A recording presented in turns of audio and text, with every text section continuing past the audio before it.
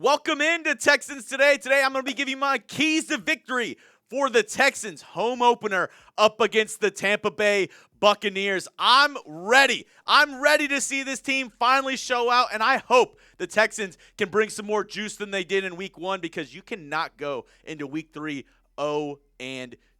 Before we get going in today's program, help me get to 34,000 subscribers. We have been building this channel year after year, and now we are at a good spot. I want to thank each and every one of you who's hit that sub button so far for daily Texans content, free live shows, and watch parties for every game. If that's something that interests you, if you want to be part of one of the best Texans communities here on YouTube, make sure you go down and hit that subscribe button. It's 100% free.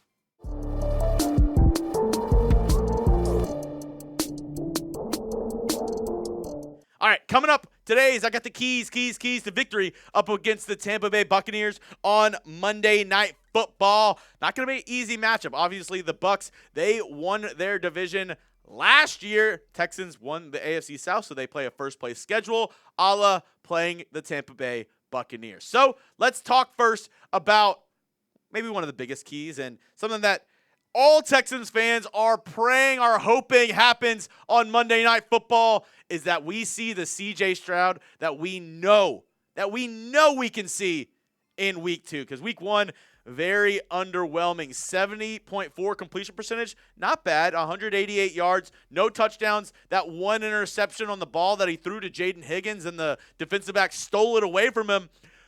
But we need to see CJ Stroud get his swagger back, because we haven't seen it in a while. You know, we saw it a little bit in the playoffs last year up against the Chargers, a little bit up against the Chiefs in the divisional round. But if we remember, maybe the best game of CJ Stroud's NFL career actually came against the Tampa Bay Buccaneers in his rookie season. Look at these numbers. 71.4 completion percentage, 470 yards, 5 touchdowns, 0 interceptions, and he led a game-winning drive in the final minutes for the Texans to get that dub. I want to see that version of CJ Stroud on this Monday Night Football up against the Buccaneers. And for me, it's, a lot. Obviously, you want CJ Stroud to play a little bit better, but I think it's just the offense around him too. The offense needs to get the ball out quick, and by that I mean new OC Nick Caley needs to kind of design new plays, design kind of a way to get CJ Stroud, especially early on in the game, into a rhythm and take advantage of mismatches on the outside. Nico Collins, I don't think anybody that the Bucs have in their secondary matches up well against Nico Collins. I think there's a clear mismatch there, and depending on Christian Kirk's availability, maybe a Jalen Noel in the slot, you can kind of get away with those guys on the hot routes, on those slant routes, and maybe getting some good yardage up the middle. I want to see CJ Stroud get the ball out a little bit quicker, not hold the ball in his hands, and I want him to be able to feel comfortable, because I haven't seen him feel comfortable at all this year. I mean, really, a lot of last year he wasn't comfortable. Whenever he's comfortable, whenever he's playing good, we get a CJ Stroud that is a top 10 quarterback in the league. But so far, and especially with, the problems that the Texans have had on their offense, we've seen a CJ Stroud that's timid, that is, afraid to make mistakes, and that is really trying to do a lot to kind of compensate for the other mistakes along this Texans offense. Now, we didn't get a single touchdown in week 1 up against the LA Rams, so let me hear from you folks at home. How many touchdowns will the Texans score Monday Night Football up against the Tampa Bay Buccaneers? Let me know down in the comment section. Is it going to be 1? Is it going to be 2? Is it going to be 1, 2, 3, 4, 5, 6, 7, 8 bills in my bank account? In my bank account. Hopefully, we see 4 or 5, because we need to make up for that 0 touchdown game in week 1. I want to see some points on the board. Let me know, though, how many touchdowns do you think the Texans are going to score down in the comment section? All right, key to victory, numero dos. The O-line must pick up stunts. That was a problem last year. Week 1 didn't look that much better. And this was the supposed to be starting lineup going into week 1. And obviously, the injury to Ed Ingram totally shifted everything. Then you move Titus Howard in. Ariante Ersery had to flip to the right tackle spot. Cam Robinson then had to go to the left tackle spot. And my biggest gripe with that is Titus Howard's not a good guard. He's not. I mean, he's a serviceable guard, but he's a much better right tackle. And if I'm the Texans, I would rather keep Ursery at left tackle, keep Titus Howard at right tackle, and, I mean, hopefully Ed Ingram's good to go at that right guard spot. But if you don't feel comfortable putting Juice Scruggs in there at right guard, if you don't feel comfortable with the backup options in the interior offensive line, make a move, make a signing, do something, because why are we having somebody on our roster that's we don't feel comfortable putting out there, that we don't really want to see the field ever? That doesn't make any sense. So let's try to find a different option for our guard spots. We have Laken Tomlinson at the left guard, but once Ed Ingram went out, it was very obvious what the Texans wanted to do. They wanted to make sure Juice Scruggs and Blake Fisher did not hit the field. And with a dangerous front seven for this Tampa Bay Buccaneers team, it's going to be quite the struggle. They run a 3-4 front. They have the big man Vita Vea, a budding superstar in Kalijah Cansey, and then two good edge rushers in Hassan Reddick and Yaya Diaby. So I really need this offensive line to step their game up, because this Buccaneers front seven is no joke. They're really not. They need to really gear up and get ready, because if they thought the Rams front seven was good last week, I don't think you're getting that much of a drop-off going up against the Bucs here in week 2. Number 3, I wore this shirt today for a reason. Let 12 eat. Nico Collins, 3 receptions for your wide receiver 1 in week 1. That's not going to do it. 3 receptions for 25 yards, and he was only targeted 5 times. The route tree was ridiculous. Whenever you put Nico Collins' route tree week 1 and then you look at Puka Nacua, his route tree in week 1, that's what I want to see. They were force-feeding Puka Nacua, and it was working time and time again.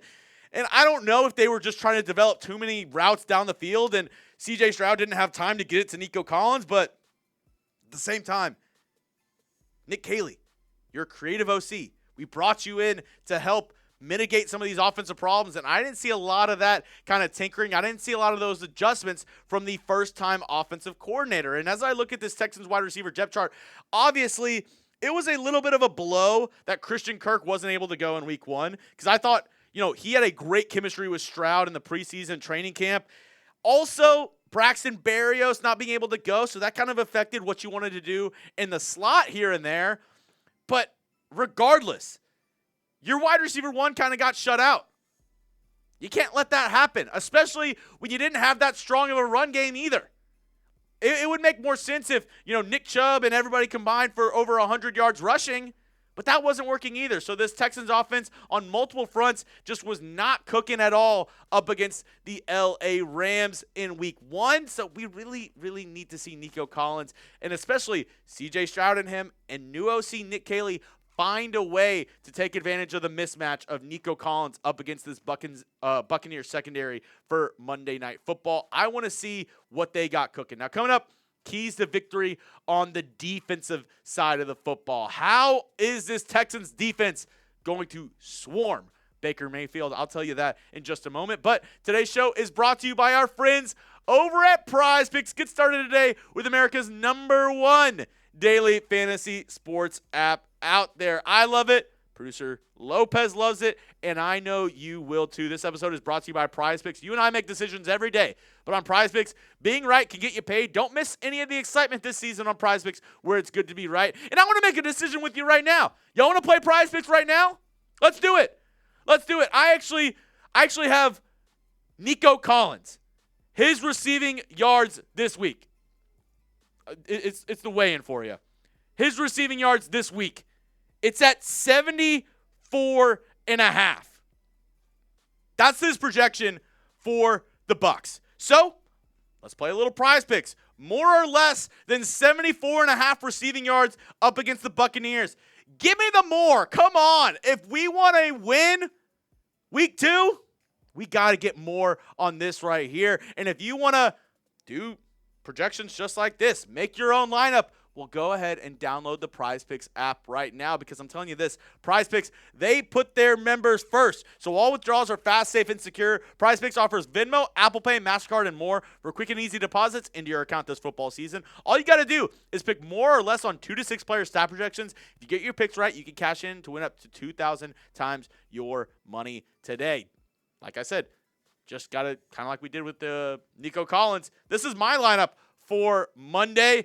Bucky Irving, less rushing yards. CJ Stroud, give me the more on the passing touchdowns. Riley Dixon, more on the Buccaneers punts, and then less on the Texans punts with Tommy Townsend. You can use my lineup or make your own. Just do it over at Prize Picks. Download the Prize Picks app today. Use code CLNS to get $50 in lineups after you play your first $5 lineup. That's code CLNS to get $50 in lineups after you play your first $5 lineup. Prize Picks, it's good to be right.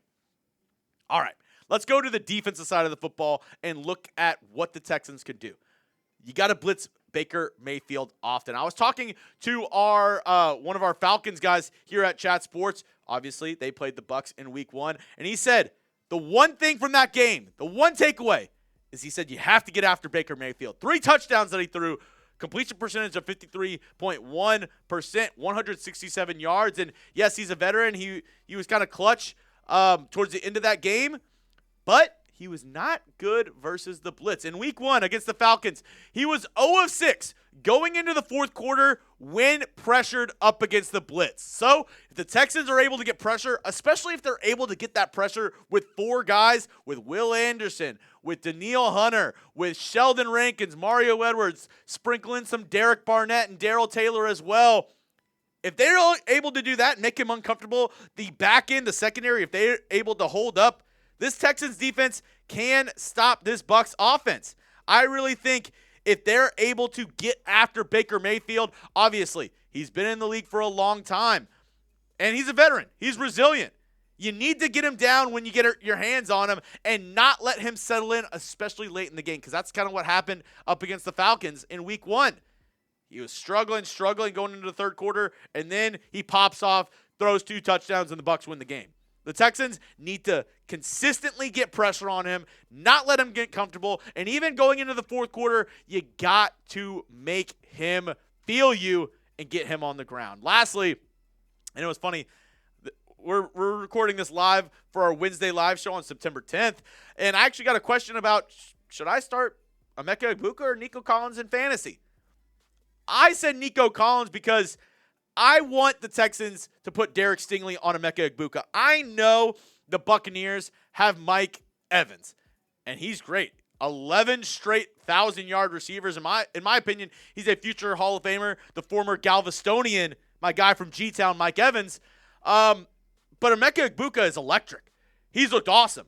So I think Stingley might match up better against Egbuka, and I actually think Lassiter matches up a little bit better to the hyper-aggressive Mike Evans, 6'5", 231 pounds. I think that is the way you should do it. And I know they usually are like, oh, Sting stays on one side and this guy stays on the other. I don't care if Emeka Egbuka is in the slot. I don't care if he's outside. I don't care if he's lined up 15 yards behind the line of scrimmage.